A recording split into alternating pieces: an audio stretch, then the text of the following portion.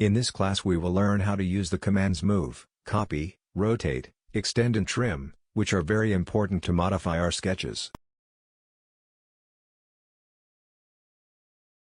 To get started, open the available sketch and access its editing mode by double-clicking on it in the browser.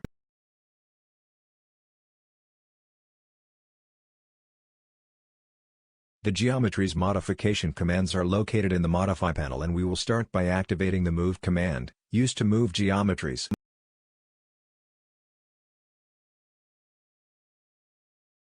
With the active command, the first step is to select the geometry, in our case, this circle.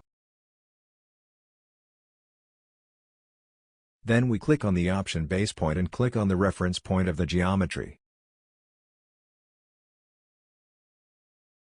View the message displayed, stating that there are dimensions that will need to be changed to complete the operation.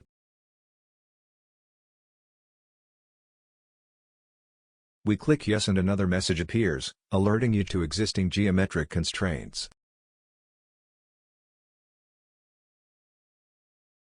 We click Yes to change or remove them if necessary. See that we can now reposition the circle, using the previously selected point as a reference. By activating the copy option, we make a copy of the selected geometry. By activating precise input, we can enter precise values to move the geometry.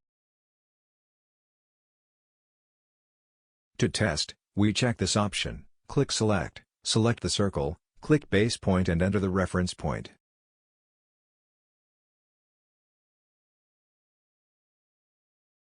Now we enter a value for X and a value for Y, and hit Enter to confirm.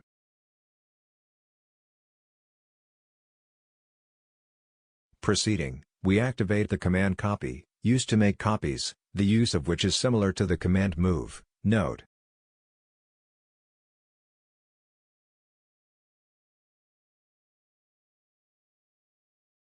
once a copy is placed, see that we can proceed positioning new copies, or press Escape to exit the command. We will now know the Rotate command, which allows you to rotate geometries. We activate the command, select the geometry and inform the central reference point for the rotation. We confirm the message and see that we can rotate freely or enter a value in the angle box. You can also enable the copy option to copy geometry rotated.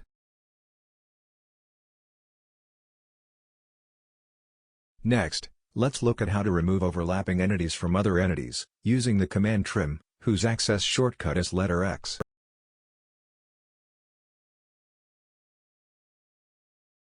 We activate the command and see that when you position the mouse over the entities, parts of them are dashed, indicating that if you click, these parts will be removed.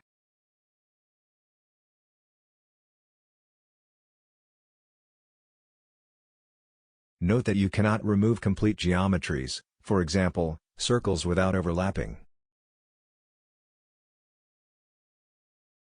Another way to use the command is to click and drag the mouse over the entities that we want to delete. Note: let's now look at how to extend lines using the Extend command. We activate the command and see that by positioning the mouse over a line, we have a preview of the extension that will be performed when we click. See that when executing the Extend command, if we position the mouse over an entity and press the Shift key, we change the function of the command to Trim.